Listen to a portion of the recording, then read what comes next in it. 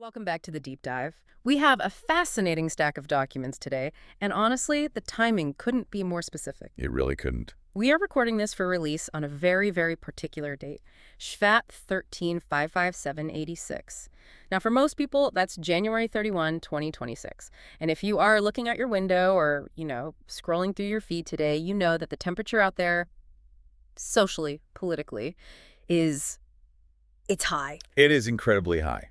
I mean, we are seeing a nation that feels like a tinderbox, just waiting for a spark. A tinderbox is the perfect word. We're seeing these coordinated protests popping up all over the country, specifically targeting U.S. immigration and customs enforcement, ICE, and federal enforcement in general. It feels chaotic. It feels overwhelming. It does. And usually when we talk about this kind of stuff, we're looking at news reports or, political punditry. Yeah. But the deep dive today is going in a completely different direction. A radical direction, I would say. A very different lens. It really is. We are looking at a text titled Kingdom Authority, Breaking the Spirit of Esau in Crisis. And this is not a news article. It's described as a Feed His Sheep production teaching script. Right. And it's essentially a spiritual diagnostic tool. It claims to explain why things are heating up right now, using this kind of fusion of ancient Hebraic timing with some very, very sharp modern political analysis. It's a unique combination, isn't it? You have the ancient calendar on one hand, and then on the other, you have this deep psychological profile of human behavior in crisis. And the central question this source poses is, well, it's haunting. What's the question? It asks, how do you tell the difference between a movement that is birthed in prayer, what the text calls righteousness, and a movement birthed in what they call the spirit of Esau? The spirit of Esau. That is the hook right there. Because most people, if they know the Bible at all, they know Esau as the hairy guy who sold his birthright for a bowl of soup. For a bowl of lentil stew, yeah. Right. But this text suggests it's way, way more than just a Sunday school story. It's a pattern, a recurring blueprint. It is a blueprint for human behavior, especially under pressure. So our mission today is to unpack this. We have the primary text, Kingdom Authority, and we also have a supplementary guide, it's really interesting. It's called The Watchman's Rule, Jurisprudence and Spiritual Discernment. Mm-hmm. And that second one is basically a masterclass on how to talk about this stuff without losing your mind or, frankly, your integrity. And that second source is absolutely crucial because it sets the tone. It argues that how you speak about the crisis is just as important as what you believe about it. Your posture matters. Your posture. I like that. So whether you are religious, spiritual, or you're just trying to understand the psychology of a mob versus a movement, stick around. Mm-hmm. Because the aha moment here, I think, is that this Esau profile explains the trade-off we all face between relief, feeling better right now, and inheritance, building something that lasts. That is the core tension. Relief versus inheritance. It's a choice we're all making every single day, whether we realize it or not. Okay, let's unpack this. Segment 1, the cosmic calendar. The source opens by explicitly marking the date, Shvat 13/557/86. Why does this date matter so much to the author? Why start there? Context is everything here. The author is intentionally grounding the listener or the reader in the Hebraic calendar. Shvat is the 11th month of the biblical year. But specifically, this date, Shvat 13 in the year 2026, falls on what is known as Shabbat Shirah. Shabbat Shirah. Which translates to the Sabbath of Song. The Sabbath of Song. That sounds, it sounds lovely, but it conflicts pretty heavily with the protests and the anger we're seeing outside. It does, but the irony is completely intentional. The author is setting up a contrast. This Sabbath is named for the Torah portion that is traditionally read in synagogues on this day, which is Parashat Beshalach. And that's from Exodus. That's right, Exodus, specifically chapters 13 through 17. And this portion describes one of the most high-stakes moments in the entire Bible, the Israelites leaving Egypt and crossing the Red Sea. Okay, so we're talking about the ultimate impossible situation. This is the definition of being caught between a rock and a hard place. Precisely. You have Pharaoh's army, the most powerful military in the world, bearing down on you from behind, and you have this impassable body of water in front of you. It is a moment of maximum pressure. There's literally nowhere to go. Nowhere to go. And the source argues that this story isn't just ancient history, it is a recurring test of character, a spiritual template. The text points out that in Beshalach, God is teaching his people how to cross an impossible threshold. But the warning, and this is key, is that in that pressure cooker situation, there are 3 ways to fail. Okay, what are they? You can become lawless, abandoning all the rules because you're in a crisis. You can become bitter, grumbling against the leadership and against God. Or, and this is the one that connects to Esau, you can let your appetite replace your assignment. Appetite replace assignment. I like that phrasing. It implies you have a job to do, a purpose, but your hunger or your fear or your anger just completely takes over. It completely hijacks the mission. Your immediate need eclipses your ultimate destiny. And this connects directly to the natural metaphor of the month of Shabbat itself. The source brings up this concept of the rising sap. Yeah, talk to me about that. I'm not a botanist, but I know Shabbat is usually late winter, right? Things look pretty dead. They do. It's what you might call the false spring. In the Middle East, this is the time when the winter is technically still present. On the surface, the trees look dead or dormant. They're bare. But deep inside the trunk, something crucial is happening. The sap is beginning to rise. Ah, so it's the beginning of a new life cycle, but it's totally invisible from the outside. Exactly. It's the unseen preparation for the fruit that will come months later.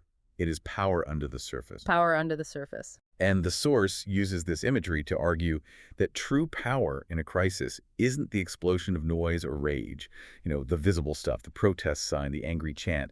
True power is the sap. It is strength gathering beneath the surface. So it's character, it's prayer, it's preparation. It's all the internal work. The thesis here is that while the world is looking for an external explosion, like a riot or a fiery speech, the real work, the work that actually produces lasting change, is the internal rising of strength that eventually and patiently produces fruit. That is such a cool flip. Because our culture, we usually think the person yelling the loudest has the power. The one with the most followers, the one dominating the news cycle. Right. But this is saying, no, the real power is in the person who is quiet but building capacity, who is letting the sap rise. And that leads us directly into how the source defines the role of the believer, or what they call the watchman, in this kind of crisis. They call it kingdom jurisprudence. Which sounds very, very legal, very official. It is legal. And this is segment 2 of our breakdown. Yeah. The source is making a very deliberate effort to redefine prayer. I think for many people, even religious people, prayer is viewed as a sort of passive begging. Please God, if you have a minute, could you help us out down here? Right, like you're throwing a wish into the universe and just hoping it sticks. The source rejects that motto entirely. It defines prayer as legal enforcement. It's an almost juridical term. Legal enforcement. What's the basis for that? They quote a foundational text, Psalm 119, verse 89. God's word is settled in heaven. But it must be established on earth. I've heard that. Right. So the mechanic described here is that the believer's job, specifically the watchman, is not to convince God to do something new. It's to align earth with the reality that, according to the text, is already settled in heaven. It's an active, assertive stance. So you aren't asking for a new law to be written. You are enforcing a law that you believe already exists in the spiritual realm. That's the framework. It changes the posture completely. You're not a beggar pleading for a handout. You're an ambassador presenting your king's established decree. Ambassador is the perfect word for that. And the supplementary source, the watchman's rule, really digs into this persona, this ambassadorial stance. It does. It gives very practical rules of engagement. And it explicitly warns the reader, do not be a pundit. Oh, that's good advice for everyone, especially these days. It really is. But here, the text says, a pundit takes a side in the horizontal debate, left versus right, Republican versus Democrat, pro this versus anti that. A watchman, however, is meant to act as a diplomat of a higher government, the kingdom. So if you are a diplomat, you don't get down in the mud of the local politics in the same way. You're representing a different sovereign with a different set of interests. Exactly. Your allegiance is elsewhere, which should give you a different perspective. Yeah. And this leads to what they call the targeting rule. The source cites Ephesians chapter 6, which is a classic text about spiritual warfare, stating, "We do not wrestle against flesh and blood." I've heard that quoted a million times, but how do they apply it to a riot? It sure looks like flesh and blood when there's a brick being thrown. That's the challenge. And they distill it down into a maxim. It's a very memorable one. Confront powers and cover people. Confront powers, cover people, break that down. It establishes a hard boundary for the watchman's actions and prayers. Human beings, even the ones screaming obscenities, even the ones you profoundly disagree with, even the policymakers you think are disastrously wrong, are never the target. In this framework, they are the prize. They are the territory being fought over. So who is the target? The target is the spiritual force. the power, the principality, the spirit of rage or deception or fear that is influencing them. So you would pray against the spirit of lawlessness, but you would pray for the person acting lawlessly to be set free. That is incredibly difficult to do in practice. I mean, when someone is screaming in your face, it's hard to see them as a prize and not a problem. It is the hardest thing, which is why the source spends so much time profiling the very thing that makes us fail at that. Which brings us to segment 3, profiling the spirit of Esau. Okay, here is where it gets really, really interesting for me. The spirit of Esau. The source is very careful right at the top to say, this isn't a racial label, it's not an attack on a specific group of people. No, and that is a critical distinction. They actually reference the work of a Dr. Faisal Malik, his book Ishmael Returns, to frame this concept. Esau here is treated as a spiritual pattern or a blueprint of behavior. It's a mode of operating that anyone from any background can fall into. It's a strategy, not a person. A strategy. Okay, so let's break down the traits of this strategy. Trait number 1 is the transaction. The inheritance for relief. And for this, we have to go right back to the original story, Genesis chapter 5. Esau comes in from the field. He's a hunter. He's exhausted. He's famished. And his brother Jacob, who is more of a homebody, has a pot of red lentil stew cooking. Right. And Esau basically says, give me some of that red stuff, I'm dying. He's being dramatic, but he's also genuinely hungry. He's in a state of physical depletion. And Jacob, ever the opportunist, says, sure, sell me your birthright. And Esau does it. Without much of a fight, he says, what good is a birthright to me if I die of hunger? Exactly. Now, the source analyzes this moment as the blueprint of the spirit. The core mechanism is prioritizing temporary relief, stopping the hunger pangs right now, over eternal inheritance, which represents your long-term identity, your destiny, your calling. Okay, so apply that to 2026. How does that look in a political crisis? What's the stew and what's the birthright today? Well, the source argues that in a crisis, this manifests as exhaustion leading to impulsive decisions. When a population is tired, stressed out, economically squeezed, anxious about the future, the pressure to just feel better becomes overwhelming. The Esau spirit, the text says, always shows up in those moments and offers a trade. And the trade is? The trade is, I will give you an outlet for your rage. I will give you a moment of catharsis. I will give you an enemy to blame so you can feel righteous anger.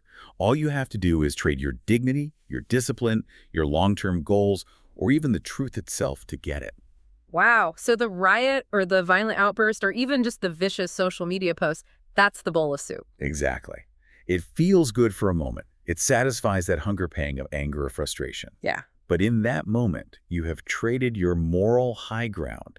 You've traded your standing as a peacemaker. You've sold your inheritance. That hits hard. Okay, so that's the first trait, the bad trade. What's trait number 2? Trait 2 is the emotional spiral. And this is where the source creates a crucial distinction between regret and repentance. Okay.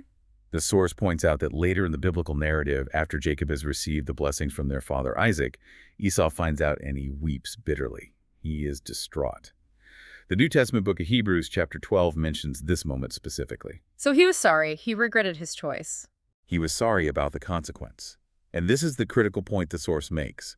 It notes that the scripture says he found no place for repentance, even though he sought it with tears. The interpretation here is profound. This spirit, the Esau spirit, produces tears over pain, tears over loss, but not a fundamental transformation of the appetite that caused the fall in the first place. It's emotion without change. Perfect summary. It's emotion without change. You're crying because you lost the birthright, not because you've suddenly come to value the birthright enough to discipline your hunger. So in a social context, how does that manifest? It looks like a movement that is fueled by grievance and pain. And often, it's very legitimate pain, but it lacks the internal mechanism to transform that pain into wise policy or lasting structural change. It just cycles through the emotion. It's a protest that's very good at expressing outrage, but not very good at building a better future. It just wants the relief of the weeping. Which feels like it leads directly into the third trait you mentioned. It does. Trait number 3, the sword impulse. It's the move from appetite to aggression. Explain that. When Esau doesn't get what he wants, when the bitter regret sets in, it curdles into a murderous grudge against his brother Jacob. He vows to kill him. The source describes this as the natural progression. Untreated appetite eventually transforms into rage and then into violence.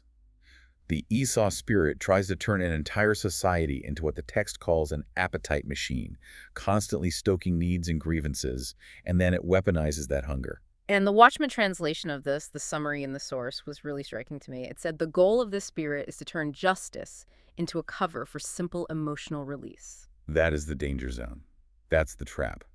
When we say we want justice, but what we really truly want is just to vent, to hit something, to make someone else feel the pain we feel, that is the Esau trap. This brings us to segment 4, the tale of two protests. The source doesn't just diagnose the problem, it actually offers a discernment checklist to look at the current national tension. Again, remember, we are in January 2026 in this scenario. And it contrasts two models of protest, King versus Esau. Yes. And they use King to refer very specifically to Dr. Martin Luther King Jr. and the methodology of the nonviolent civil rights movement. So let's break that down. Model A, prayer birth protest, or the Kingian model. What are the key features? The source highlights, first and foremost, Kingian nonviolence. And the key here is that nonviolence is defined not as weakness or passivity, but as power under control. That's that sap imagery again, isn't it? The strength under the surface. It is. It's the same principle. The features they list are 1, resisting evil without resorting to violence. 2, seeking to win understanding, not to humiliate the opponent. The goal is reconciliation, not domination. Which is the opposite of a lot of what we see today. Completely. And 3, a willingness to suffer for the cause without retaliation, to absorb the violence in the belief that unearned suffering is redemptive. And there was a very specific point about the methodology, about armor before action. Yes. This is so important. The text notes that the King Center's 6 steps for nonviolent social change begin with information gathering and personal commitment. You do the internal work first. You study the issue, you purge yourself of any violent impulse, you commit to the principles. In the language of the source, you put on your spiritual armor before you ever hit the street. So you don't go out to the protest to find your identity. You go out to the protest to express the identity you've already cultivated. Precisely. And so the goal is clear: righteous reform and the establishment of truth. Okay, now let's contrast that with Model B, the Esau-birthed protest. The features here are almost the exact inverse. It feeds on exhaustion and outrage. Where the Kingian model requires preparation, this one preys on depletion. It wants you tired and angry. It thrives on it. Secondly, it dehumanizes opponents. They are not people to be won over. They are obstacles to be removed. It treats destruction not as a tactical failure, but as a release. There's that bowl of soup again. Breaking a window feels good. And crucially, you said it welcomes provocation. Yes. This is a huge tell. If you were operating in the Kingian model, you were trying to de-escalate. You're disciplined. But if you were operating in the Esau model, you are looking for a fight to vent your anger. You want the police to push you. You want the counter-protester to shout at you. Because it gives you the justification to release your own aggression. It validates the rage. The methodology is appetite first. And the goal is not reform. The goal is emotional release. And the source argues that if you enter the street without that armor, without that internal identity and truth grounded in prayer and preparation, you become usable. Usable. That's the word they use. Usable by who or what? By the powers, by the spiritual forces of chaos and destruction. The source makes a really chilling point.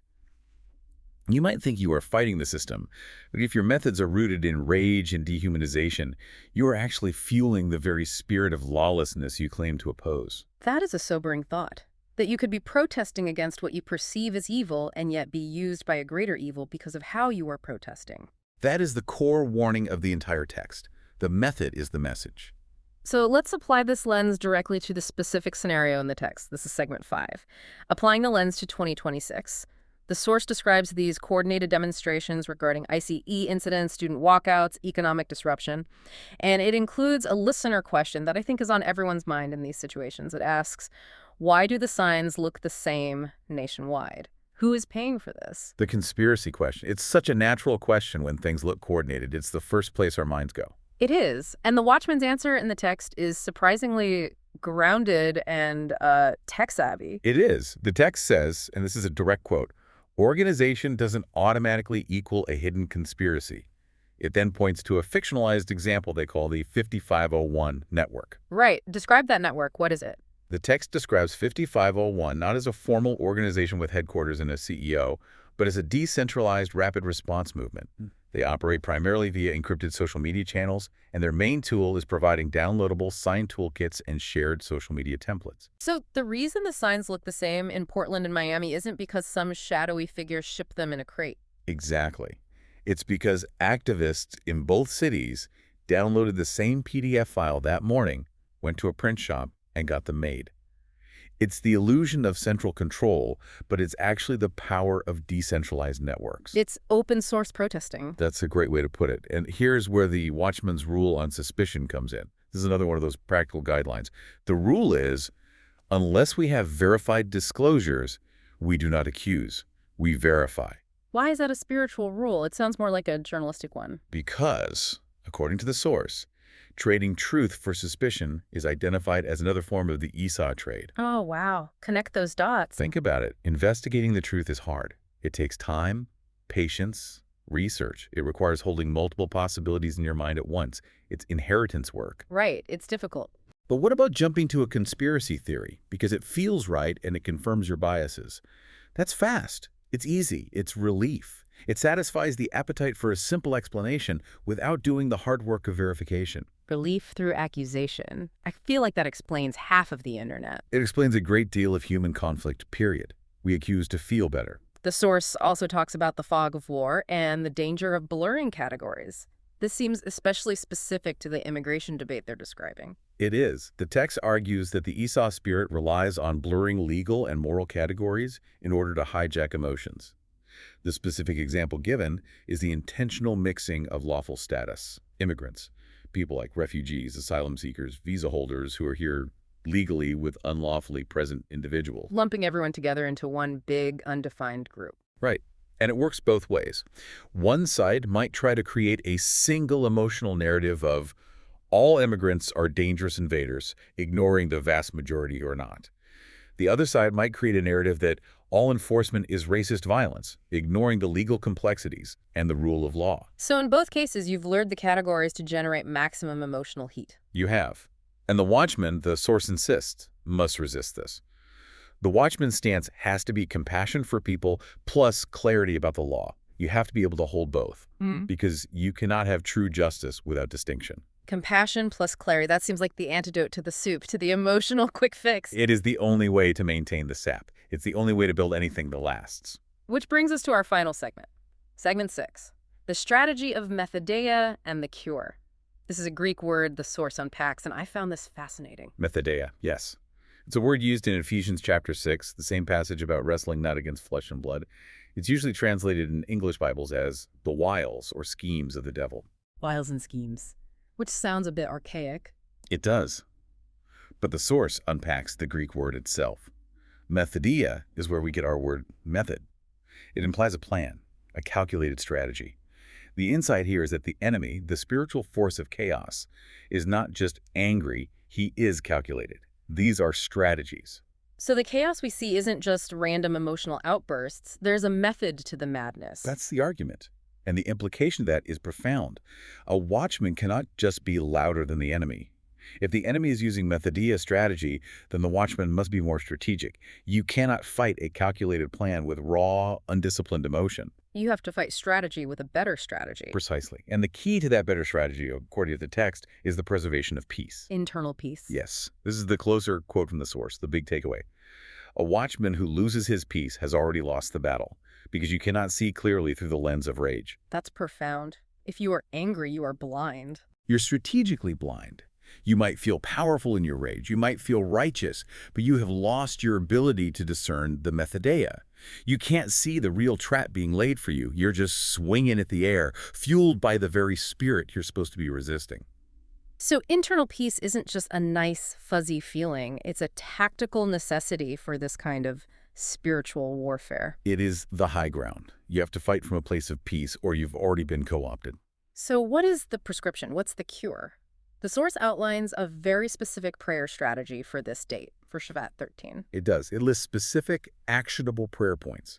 First, it says to bind the methodeia, the actual strategies of deception that are causing the confusion and blurring the lines. So you're not praying against people, you're praying against the plan. Exactly. Confront powers.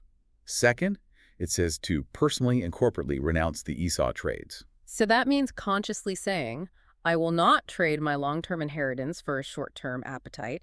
I will not trade truth for the relief of outrage. Correct. You are actively choosing the inheritance over the soup. And then third, you request the verdict. This is that legal language again. The source asks the believer to pray for a verdict from heaven that includes 4 things. What are they? Protection for the innocent on all sides. Accountability for any actual wrongdoing, whether by protesters or by authorities. Restraint for authority figures, which is a crucial prayer, that they wouldn't overreact. And finally, purity for protesters. Purity for protesters. That's an interesting prayer. You're praying that their motives would remain righteous and not get hijacked. You're praying that they would operate from the Kingian model, not the Esau model. It goes right back to the central theme, right back to the sap.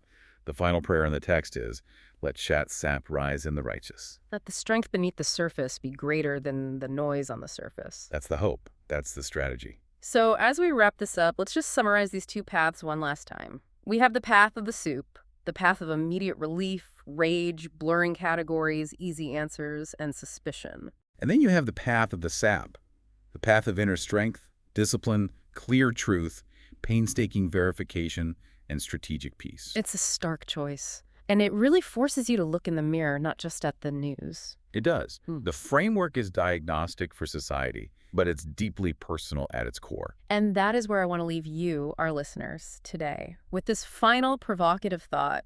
Don't just look at the news through this lens. Look at your own life. This week, today, where are you trading inheritance for relief? Where are you choosing the soup of an immediate emotional reaction? Snapping at your spouse, rage posting on social media, cutting corners at work over the difficult, quiet, unseen work of disciplined, long-term purpose. It is the question that defines our character moment by moment, the soup or the sap. Stand your watch, everyone. We'll see you on the next deep dive.